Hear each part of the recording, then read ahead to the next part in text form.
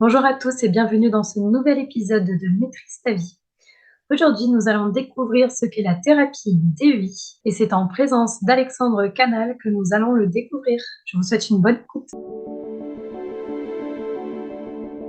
Bonjour et bienvenue sur cet épisode de Maîtrise ta vie, un podcast où l'on échange avec des professionnels des métiers du mieux-être, corps, âme et esprit. Je suis Dina, passionnée par le mieux-être, la spiritualité et l'ésotérisme. Tous les dimanches, tu découvriras un nouveau professionnel qui abordera sa pratique et bien plus encore. Si ces thématiques t'intéressent, n'hésite pas à t'abonner pour en découvrir toujours plus. Bonjour Alexandre. Merci d'être Bonjour. là aujourd'hui pour parler de la thérapie DEI.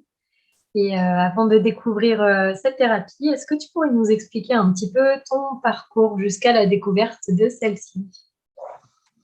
Alors, mon parcours, ça a commencé déjà lorsque j'étais jeune. J'étais un de ces enfants assez sensibles, en fait, assez un petit peu, celui qu'on qualifie d'être un petit peu dans la lune. Voilà. En fait, je me suis aperçu plus tard que je ressentais énormément de choses. J'avais un émotionnel qui était très présent et je ressentais j'ai compris que je ressentais énormément d'émotions qui ne m'appartenaient pas, en fait, qui appartenaient à d'autres personnes ou quelquefois même sûrement les émotions des lieux.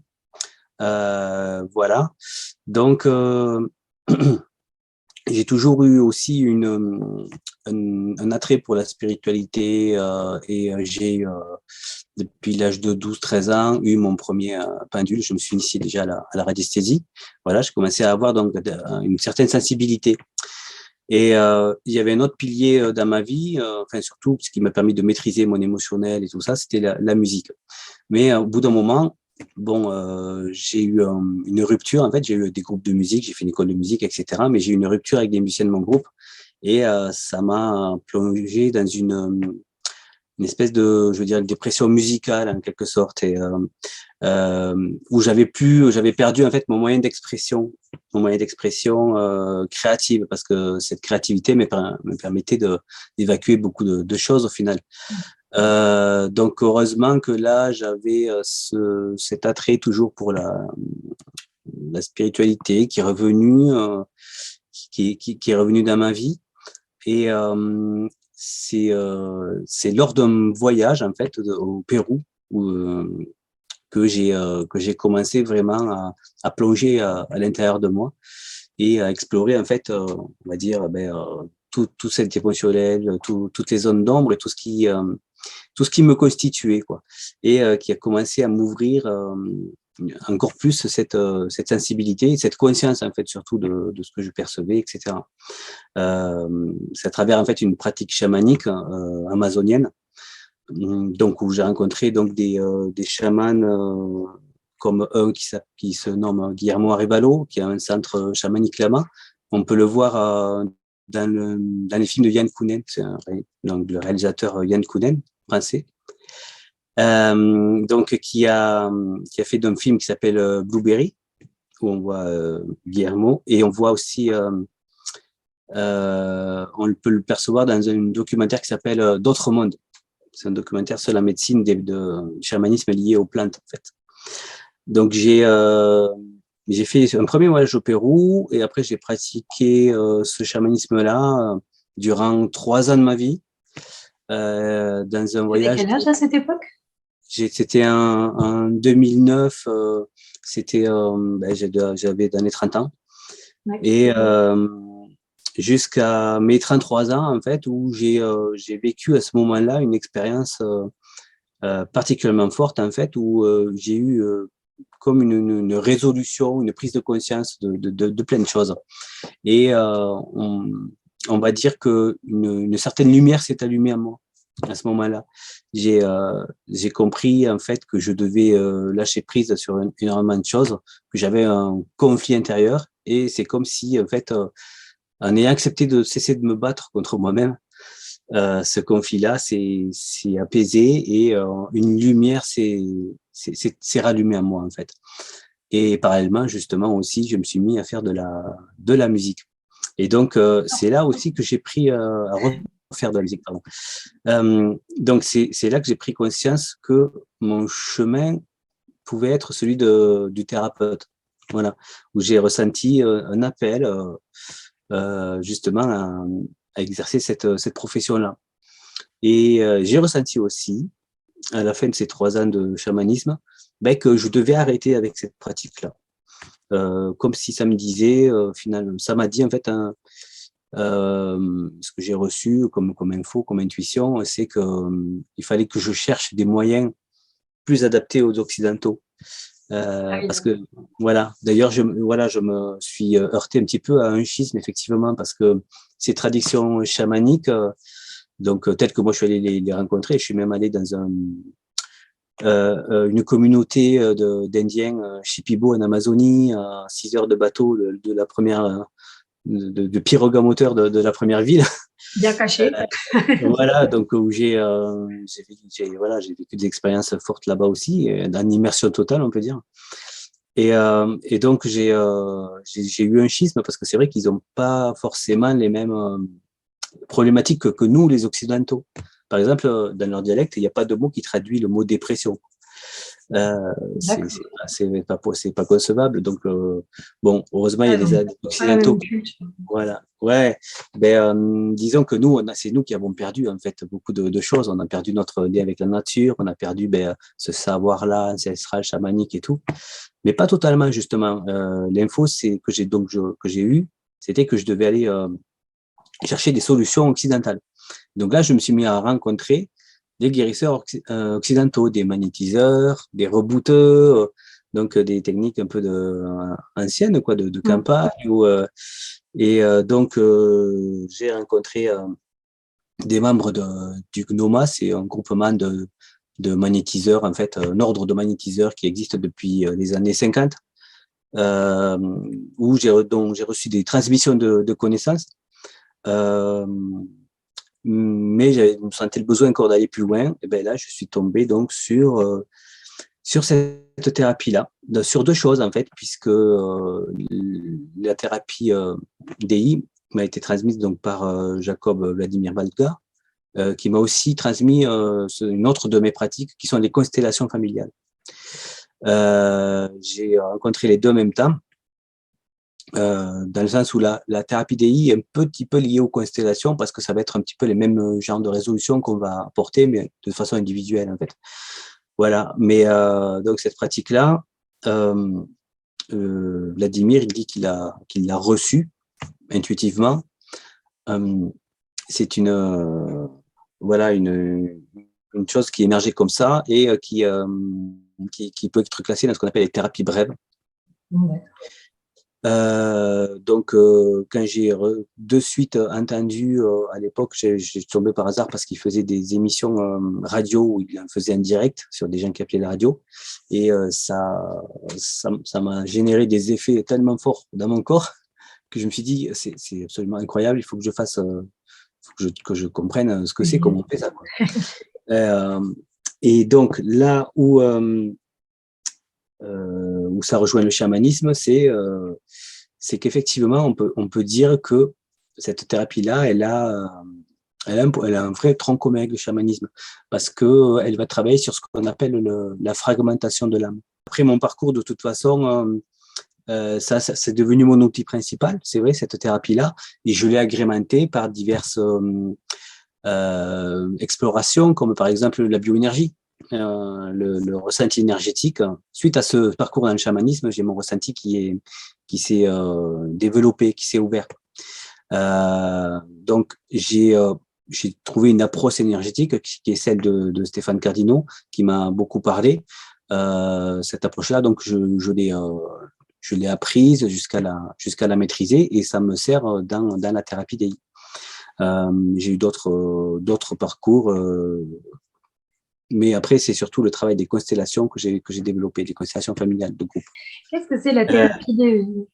Donc, DEI, ça veut dire détoxination émotionnelle, informationnelle, en fait, parce que c'est un travail de nettoyage, en fait, d'aller sortir toutes les émotions qui sont bloquées qui va dire qu'ils vont nous intoxiquer parce que, par exemple, c'est la colère qu'on refoule, la peur qui est cachée derrière, voilà, etc., qui va créer des blocages dans notre vie. Donc, c'est d'aller chercher ça qui est important et informationnel parce que derrière ces émotions-là, ce sont des informations en fait qui sont bloquées et on va réinformer notre corps, nos cellules, notre énergie, pardon, pour voilà, pour évoluer, pour changer de vibration, quoi, tout simplement. Et le principe donc qui rejoint le chamanisme, c'est par rapport au recouvrement d'âme. C'est-à-dire que il y a une notion en fait pour les chamans, il y a 3 grandes causes de perturbations. De maladies et tout ça. Donc, une des premières causes, ça va être la perte de morceaux de son âme, de fragments de son âme. Quand on vit un traumatisme, ou un choc physique ou émotionnel, ou voilà, les chamans disent que l'âme va se fragmenter. Une partie de notre lumière, en fait, va se couper et elle va se placer dans la part d'ombre, quoi, ou on pourrait dire dans l'inconscient, dans notre version à nous. Donc le travail du chaman va être de plonger à l'intérieur du monde intérieur du patient, dans son ombre, pour aller rechercher cette partie de lumière. Voilà. C'est ce qu'on appelle le recouvrement d'âme. Après, des autres problématiques, un chamanisme, mais que je peux aussi aborder par cette méthode, c'est tout ce qui est les intrusions d'énergie étrangère, ce que nous, on peut appeler, par exemple, les liens toxiques, tout simplement. C'est-à-dire la connexion énergétique avec une personne toxique ou même ça peut être un lien toxique, par exemple, avec une personne décédée. Quand, par exemple, on a un deuil qui est pas terminé. Pardon. Donc, un lien toxique de confrontation avec une personne, mais un lien toxique aussi d'amour, d'avoir une part de nous qui cherche, par exemple, à combler. Voilà. Donc, et la troisième grande famille de maladies pour le chamanisme, c'est la perte de pouvoir. Ce qu'ils disent le pouvoir dans le sens pouvoir personnel. C'est-à-dire quand un chaman a perdu ses esprits alliés, que ce soit ses animaux sacrés ou tout simplement, moi je dis la reliance, en fait, la perte de la connexion avec notre lumière, en fait, notre source de lumière. Voilà. Donc la DI, elle vise un petit peu à travailler ces paramètres-là, mais, et c'est ça qui est intéressant, avec une approche plus adaptée, je trouve en tout cas, à l'occidental, au mental, à la perception occidentale. Parce que nous, en fait, en tant qu'occidentaux, notre mental est très, très développé, trop développé d'ailleurs. C'est bien ça le problème, on l'a compris. Alors que dans les autres cultures, où on pratique le chamanisme, par exemple, ça ne leur dérange pas de savoir de pas savoir d'où vient leur problème. Le chaman, lui, il va pas forcément expliquer ce qu'il a fait, quoi, en fait. Or, nous, on a besoin de le comprendre, de lui donner un os à ronger là, au mental. Donc, oui, au final, des fois, ça donne même pas des solutions derrière non plus, quoi, de savoir d'où vient le problème. Voilà. Eux, ils se sont dit, on cherche même pas, parce que et ben voilà, donc du coup, nous, on va le dérouter un petit peu ce mental dans l'ADI, on va verbaliser des choses, mais on va passer énormément par le ressenti corporel aussi. C'est-à-dire que c'est une thérapie psycho-corporelle, ce qui va faire le lien entre la psychologie et le ressenti. Donc, cette thérapie, en fait, elle vise à retrouver ces fragments d'âme. Et moi, quand on va poser une intention, par exemple, pour faire apparaître la part de soi blessée. Et moi, vraiment, dans mes perceptions, quand on réalise ça, je perçois une partie de l'énergie de la personne qui se détache et qui va se placer à côté. Donc, dans ces parties blessées, par exemple, on peut trouver l'enfant intérieur.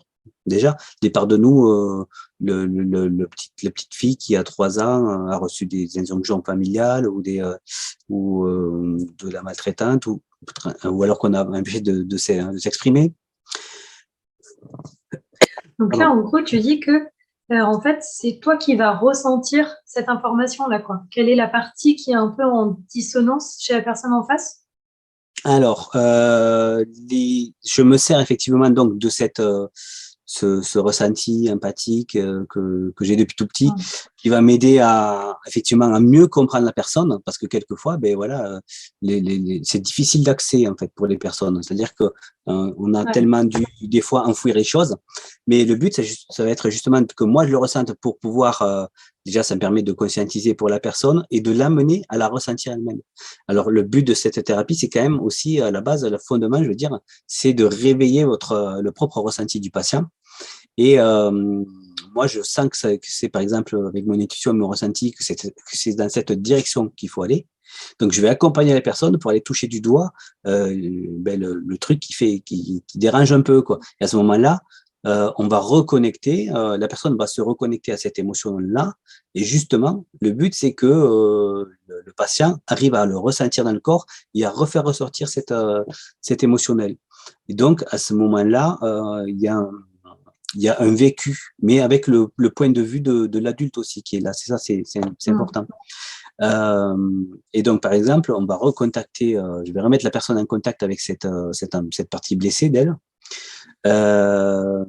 Et on va verbaliser. Moi, je vais ressentir une texture dans l'énergie. J'ai aussi des intuitions qui vont me venir. J'ai des infos. Des fois, j'ai une capacité en fait ouverte qui s'appelle la claire information, qui permet de, quand je fais le vide, en fait, je peux avoir des mots qui jaillissent comme ça, des réponses, des infos qui émanent de ça et qui viennent à moi, quoi.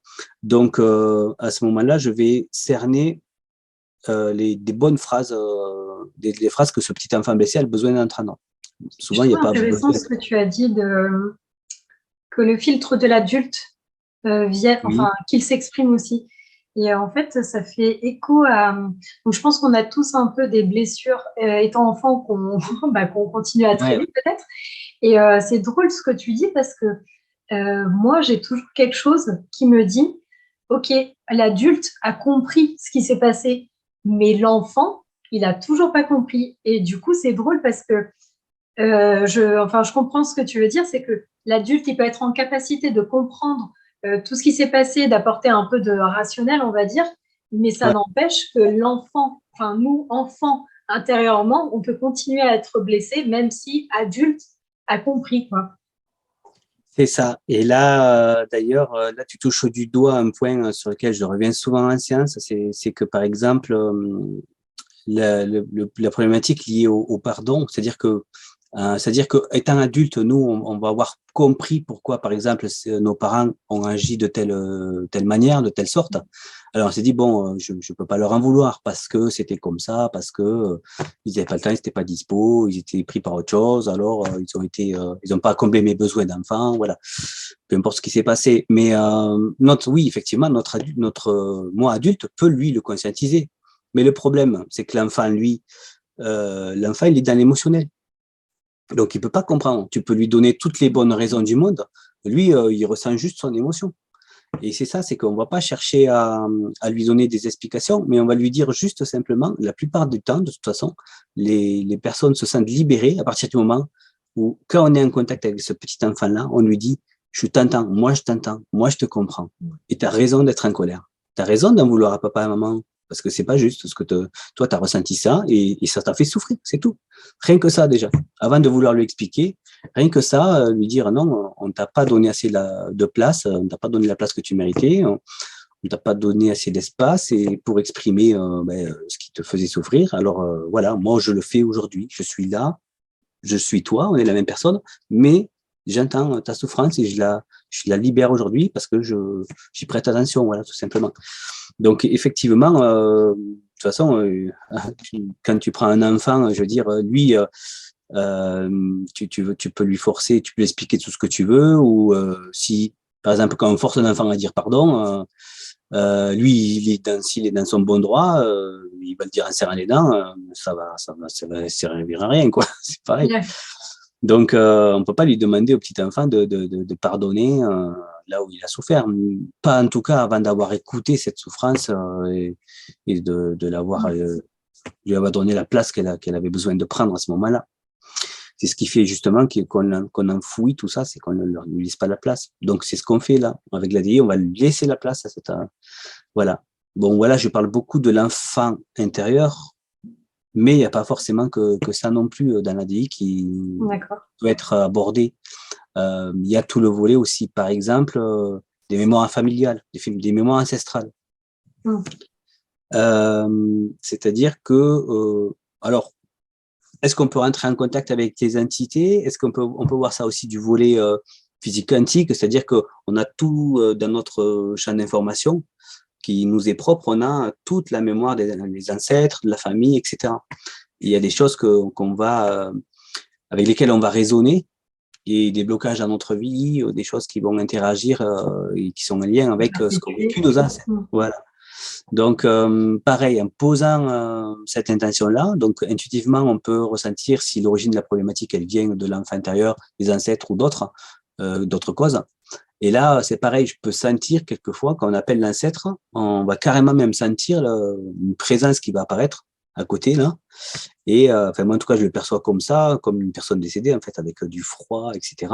Et là, on va capter du mieux possible l'histoire en fait de ce qui s'est passé, de pourquoi quelque chose quelque chose bloque dans notre vie.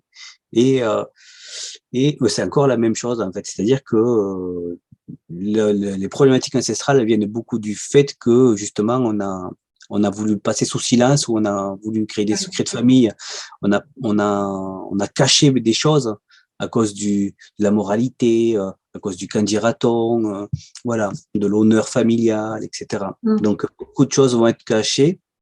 Et quand une personne va souffrir de ça, il va y avoir qu'elle ne peut pas exprimer sa douleur, il va y avoir une rétention d'émotions, une cristallisation d'émotions. Et c'est comme dans notre vie. C'est tout ce qui s'exprime, tout ce qui ne s'exprime pas s'imprime.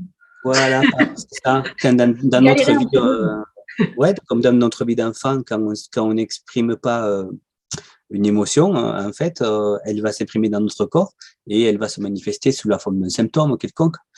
Et là, c'est pareil dans la famille. Sauf que ça se passe sur plusieurs générations. C'est-à-dire que si durant toute une vie, la souffrance est énorme, très, très, très lourde qui était là, elle n'a pas pu se libérer, elle va rester dans l'inconscient familial et elle va se transmettre en fait. Et il va y avoir des répétitions de schémas, des choses, voilà. Donc, c'est notre passé. Pour moi, en fait, pour cette vision-là, c'est le passé qui va conditionner le futur. C'est-à-dire que tant qu'il y aura des boucles comme ça dans le passé, des causes comme ça dans le passé, ça va créer des boucles dans le futur. Et on peut répéter les choses, avoir une grosse partie de notre vie, du moins, quelquefois, c'est pas toute la vie, bien sûr, ça peut être dans certains domaines. Ouais. Mais ça nous appartient dans un sens, parce que si on l'a, c'est qu'on a ça à le travailler. Mais en même temps, ça ne nous appartient pas parce que c'est peut-être nos ancêtres qui n'ont pas réussi à l'exprimer, quoi. Voilà, ça ne nous appartient pas, mais effectivement, moi en tout cas, dans ma vision de la vie, de l'âme, de la conscience, je pense effectivement, j'adhère bien à l'idée au fait qu'on ait choisi cette famille, parce que notre âme a des choses à travailler. Voilà. Mais notre challenge, c'est de relever le challenge justement, enfin de compréhension, quoi, d'arriver à comprendre, à libérer ça, quoi. Parce que il y a toujours une leçon à comprendre. Hein. Des fois, ça paraît difficile ce qu'on traverse comme épreuve, mais de toute façon, la finalité, pour moi, c'est toujours la même. C'est ramener tout c'est retrouver la lumière en fait derrière tout ça, quoi. Comprendre la leçon pour trouver encore plus d'amour, arriver à transcender tout ça, quoi. Voilà, pour élever notre être, quoi. Est-ce que la thérapie DEI est adaptée à tous les âges? Oui. Donc tous les âges, j'ai déjà eu pratiqué sur des enfants. Quand les enfants sont trop jeunes, en fait, il y a une autre possibilité, c'est que on peut faire ça en transfert. Par exemple, on peut même travailler sur un nouveau-né, par exemple, qui aurait eu un accouchement difficile ou quelque chose comme ça, ou des enfants trop jeunes. Après, quand c'est des pré-ados, j'en ai eu quelques-uns où je peux faire répéter des phrases. Et souvent, d'ailleurs, ils réagissent du tac au tac, les enfants. Leur énergie est beaucoup plus fluide de toute façon. Et puis, quand on les écoute bien, ils sont très connectés, puisque quand on est enfant, on est connecté, en fait. On perçoit même des choses on perçoit, quelquefois, c'est les enfants qui perçoivent entre guillemets, les fantômes de la famille, hein, les secrets de famille, des choses comme ça. Et en partant de quelque chose que eux ont symptomatisé, on va trouver effectivement la cause justement chez les parents ou dans la famille. Mais effectivement, voilà. Alors si ils sont s'ils sont prêts, on peut le faire directement avec eux, effectivement. Sinon, on peut travailler un transfert, comme je disais, c'est une espèce de rituel de connexion un peu comme la kinésiologie, en fait, où on va passer par le parent, entre guillemets, je vais brancher le père ou la mère sur son enfant, et en faisant l'ADI, en se connectant à ces parties blessées de l'enfant et en répétant des phrases, le parent va ressentir en fait dans lui ce qui se passe dans l'énergie de l'enfant. Et on fait un transfert comme ça, voilà. On peut chercher des causes et voilà, de faire des problématiques. Après, il y a d'autres... Dans l'autre cause, d'ailleurs, il y a aussi les liens toxiques qui sont intéressants. Les liens de fusion avec les enfants, je travaille pas mal ça, c'est-à-dire que on va retrouver l'énergie d'un parent, effectivement, chez un enfant. L'enfant va se projeter, par exemple, je sais pas, par exemple, si le père n'est pas assez présent, l'enfant peut se connecter à lui énergétiquement, inconsciemment. Et on peut retrouver que l'enfant porte des choses qui sont liées aux blessures de l'enfant intérieur du père, par exemple. Donc, c'est vachement intéressant. Combler un peu un manque affectif, il se connecterait à son parent. Ouais. D'accord. Oui. Quand en fait on n'a pas le moyen physique de combler par exemple le besoin de relation, il va y avoir un lien énergétique qui va être projeté sur le père, quoi. Il y a un lien fusionnel. L'enfant va fusionner une partie de son énergie avec un parent parce qu'il ne se sent pas assez écouté, accueilli et tout ça. Et quelquefois, on se rend compte que les enfants vont porter les problématiques des parents. C'est une manière de dire, ben voilà, tu passes pas assez de temps avec moi, mais bon, tu peux pas m'accueillir, mais ton enfant intérieur à toi, qui est blessé, qui souffre, ben lui, il peut m'accueillir. Alors l'enfant va se mettre à raisonner avec les blessures des parents, et on peut avoir des choses, des choses qui se répercutent. Par exemple, je sais pas, une personne qui viendrait, pas seulement des enfants, mais une personne à l'âge adulte, je veux dire, qui ressent, l'autre fois, c'était une tristesse, une espèce de tristesse complètement inexpliquée, alors qu'il s'est passé pas vraiment de gros drames dans sa famille. Mais en fait, cette tristesse était aussi présente chez sa mère, par exemple. Donc, la personne étant un petit peu en manque de lien avec la mère, ben, elle va porter ce qu'a porté cet enfant intérieur. Effectivement, la mère étant l'enfant avait ressenti une coupure avec la sienne, donc elle avait ressenti une blessure d'abandon. Et même si sa fille était pas vraiment abandonnée, qu'elle était assez là, ben, en fait, elle ressentait par exemple, voilà, je dis ça, mais on porte les liens tous. toxiques que tu parles, c'est au sein de la famille? Ah non, c'est plus gros ou c'était juste un... D'accord. Ça peut être, par exemple, ben, une personne qui était en couple avec un pervers narcissique, des choses comme ça. Voilà, ça peut être une altération. Enfin, quelqu'un qui est quelquefois. Alors ça, c'est un problème que je connais assez bien. C'est quand on a une capacité à ressentir beaucoup de choses. Il y a beaucoup de personnes qui se sentent éponges empathiques ou hyper empathes ou ce qu'on appelle éponge, quoi. Voire médium éponge, des fois des gens qui captent des choses, tu vois ce que je veux dire? Ben, c'est pareil, en fait, ce sont des personnes qui ont, c'est quand on a beaucoup beaucoup trop comme un manque de densité dans notre énergie, qui peut être dû à des fragmentations ou un besoin de créer un lien avec l'autre parce qu'on n'a pas connu, on n'a pas assez reçu de choses, étant enfant, par exemple. Mais on va créer énormément de liens avec les personnes, ou alors d'autres personnes vont se projeter sur nous aussi, se brancher, et on peut quelquefois créer une confusion, en fait. Quand on est très empathe, c'est ça. C'est comme si on peut créer une confusion entre nos émotions et les émotions d'une autre personne. Donc à ce moment-là, on ne sait plus quoi appartient à qui. Ouais. Et ça peut créer comme une corde, en fait, comme un lien en énergie. Des fois, moi, je peux le percevoir si je vois une personne, je ferme les yeux comme ça, je peux visualiser s'il y a un lien qui part, il y a quelque chose à défaire. C'est pas forcément des personnes de notre famille, ça peut être voilà, qu'on ait Oui. croisé une personne avec un truc un peu lourd ou une énergie assez forte. Et voilà, alors des fois, ça peut donner un boulot assez fort, assez compliqué de défaire tous ces liens. Enfin, je dis ça, mais c'est pas tout le monde. C'est une empathie pathologique, quoi. Tout le monde n'est pas comme ça. Voilà. Là, dans ce que tu parles, j'ai l'impression de ressentir plus des gens qui sont un peu dans le mal-être émotionnel. Est-ce que tu reçois également des gens qui veulent régler des problèmes physiques ou est-ce que c'est quasiment tout le temps que du mal-être et c'est une thérapie qui est vraiment bien faite pour ça? Oui, complètement, en fait, parce que on peut très bien partir d'une problématique physique. Parce que de toute façon, euh, le, dans cette vision-là de bioénergie, le corps physique, c'est le dernier maillon de la chaîne.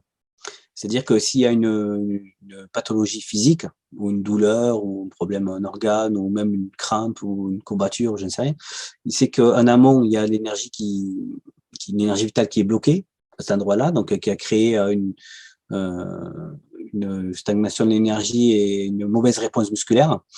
Et si c'est bloqué, ça veut dire qu'il peut y avoir une information, enfin une émotion bloquée en amont, avec ou une information, voilà, qui vient de plus loin, même une transmission ou un lien toxique. Voilà, par exemple, quelqu'un qui qui peut avoir des problèmes au niveau à la hauteur des reins, par exemple, les reins sont très liés à l'énergie des ancêtres. Donc, quelqu'un qui se bloquerait le dos à ce niveau-là, voilà, ça peut être aussi, ou par exemple, des douleurs au milieu du dos, ça peut correspondre carrément au chakra du cœur, par exemple. Donc, ça pourrait être un rapport avec une émotion qui est là, qui est bloquée.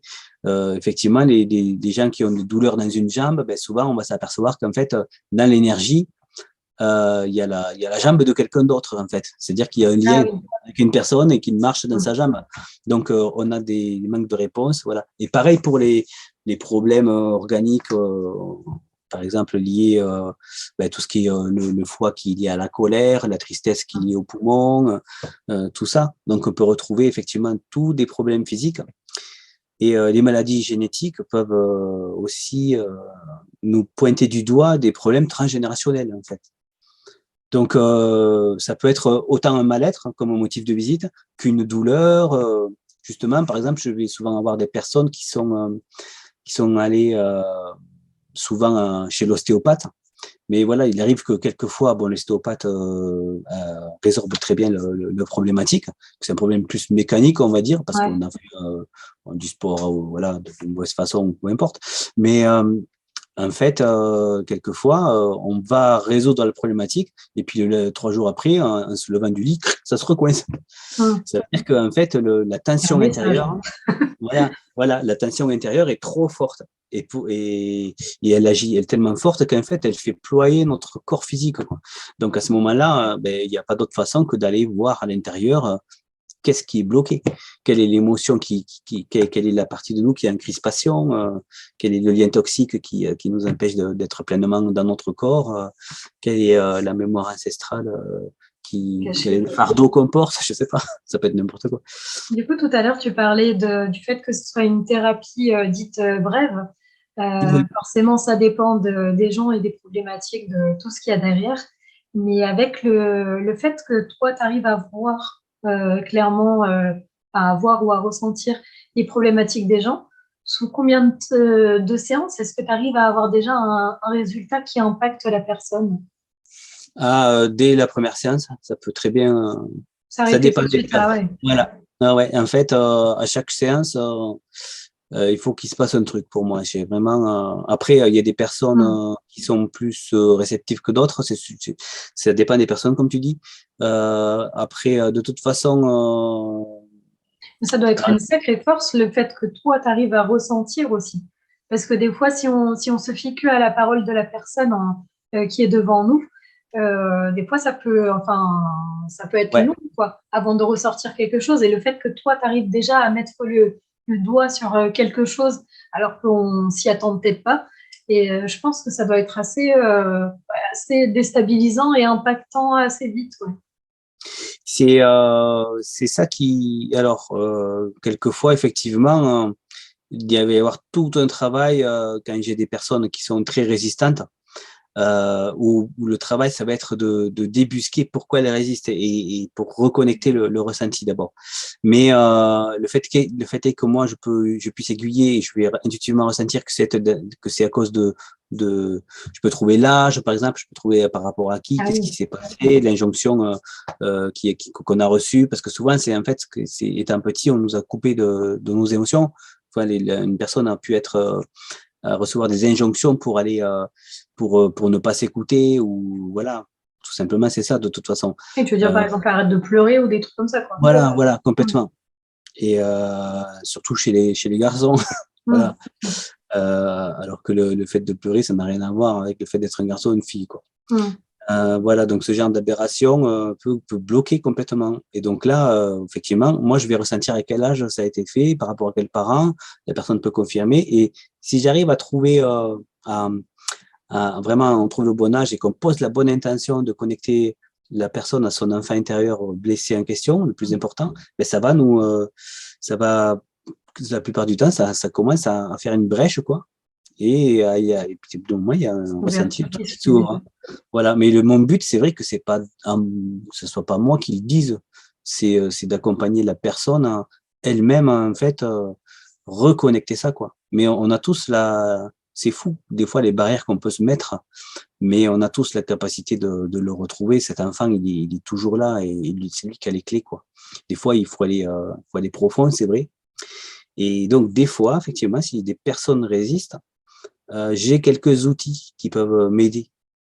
Comme par exemple, j'ai un petit diffuseur de fréquences qui vient, donc ça vient de mon approche de la bioénergie, là, de Stéphane Cardino, l'approche à laquelle je suis formé, qui a trouvé un moyen en fait de diffuser des fréquences avec des ondes scalaires. En fait, c'est des ondes qui peuvent se ressentir en énergie, qui ont un impact sur le corps.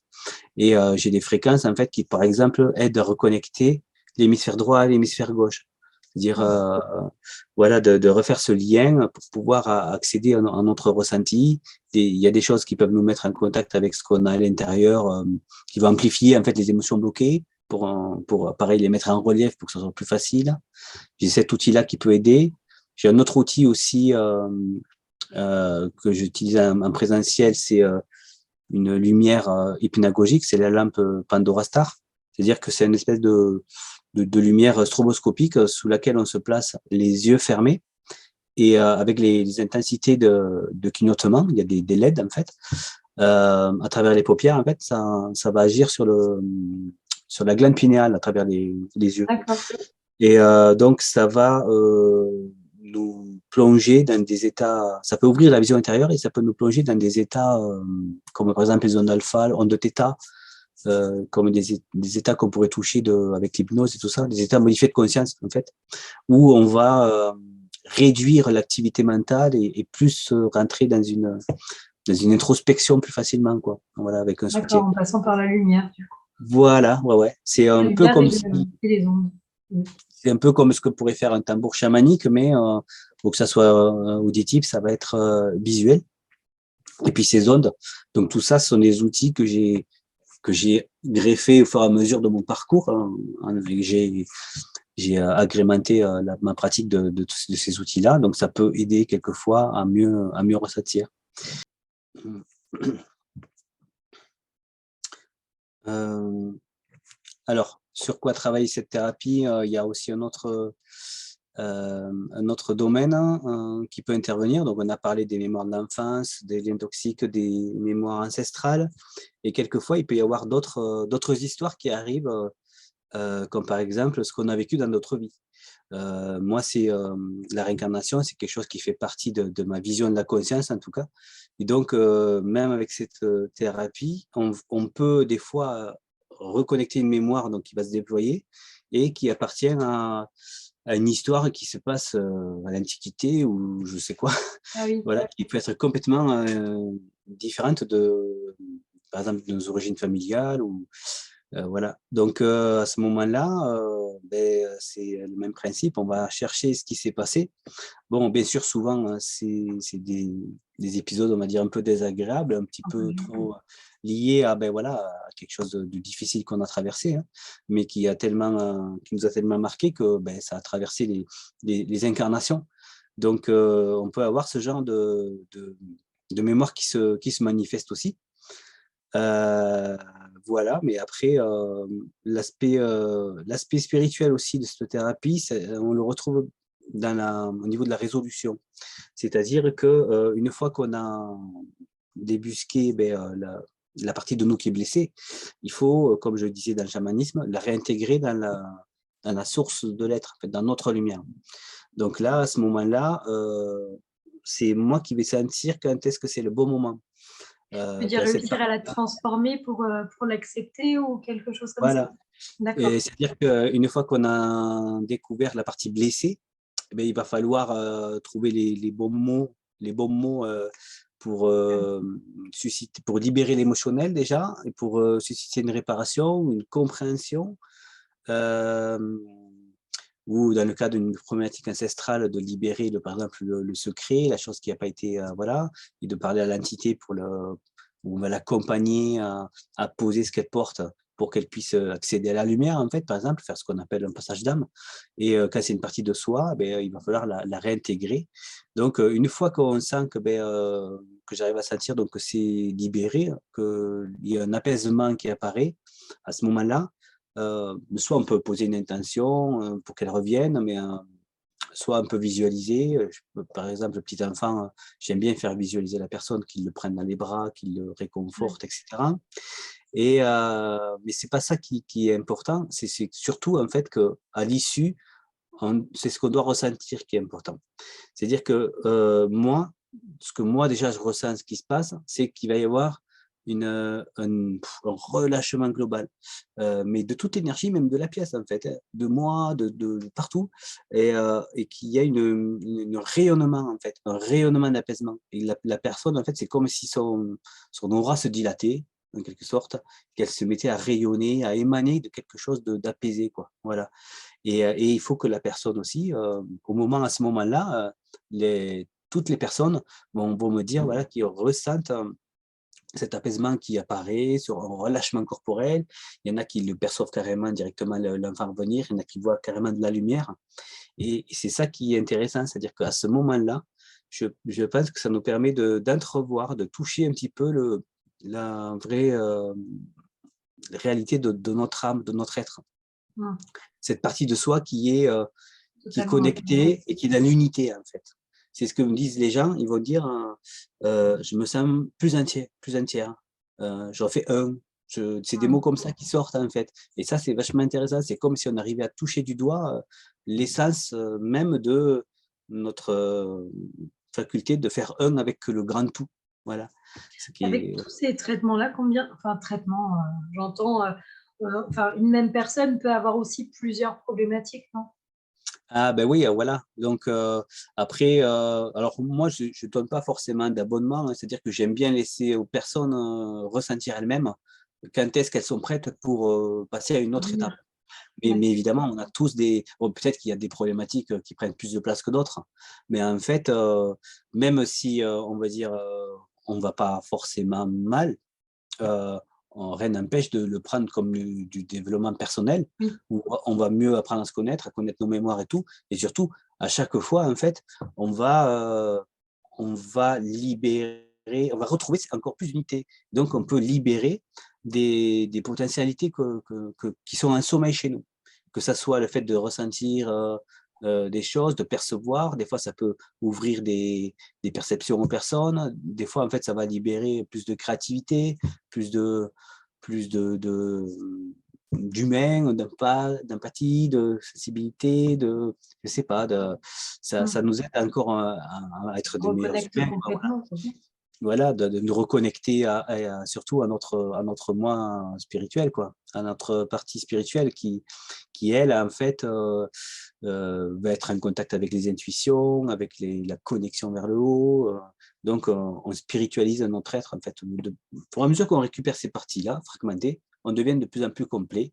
Donc, on devient de plus en plus connecté, que ce soit à la terre, en ancrage, qu'en haut ou horizontal. Et combien de temps dure à peu près une séance? À peu près, moi, je fais une séance d'1 heure, 1 heure et quart à peu près. Ah oui, donc Voilà. en 1 heure et quart, on peut, enfin, on touche à des choses Ouais. assez, On ouais, peut faire, d'accord. ça m'arrive des fois, ça dépend des personnes, hein, parce que des fois, il faut plus ou moins de temps pour accéder. Mais je peux aller déjà, je peux aller à peu près jusqu'à trois parties de trois problématiques. Par exemple, un lien, un enfant intérieur ou deux trucs en rapport avec à l'enfant intérieur, ou alors faire voir à l'enfant intérieur et puis remonter à une transmission peut-être de la coupure de l'amour, par exemple, dans une lignée ou autre, comme ça, et défaire un truc ancestral. Déjà, si on fait ça, ça Ouais, remue ça pas remonte. mal. C'est assez, voilà. Ça dépend des personnes. Après, il y a des personnes où déjà, on va toucher deux trucs. Déjà, ça remue tellement qu'il faut assimiler ça, quoi. Après, il y en a qui en redemandent des fois, qui aiment bien. Alors, voilà.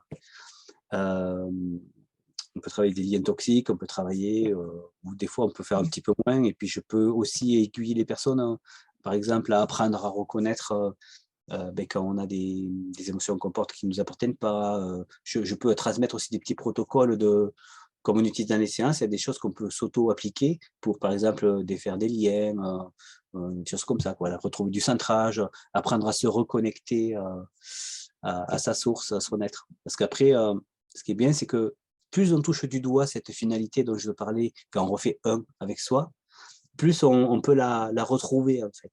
Plus on va retrouver la connexion en soi. Par exemple, en mémorisant ce qu'on a ressenti sur le moment, Mmh.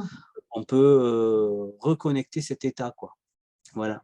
Donc, Savoir quand est-ce qu'on l'atteint, quoi.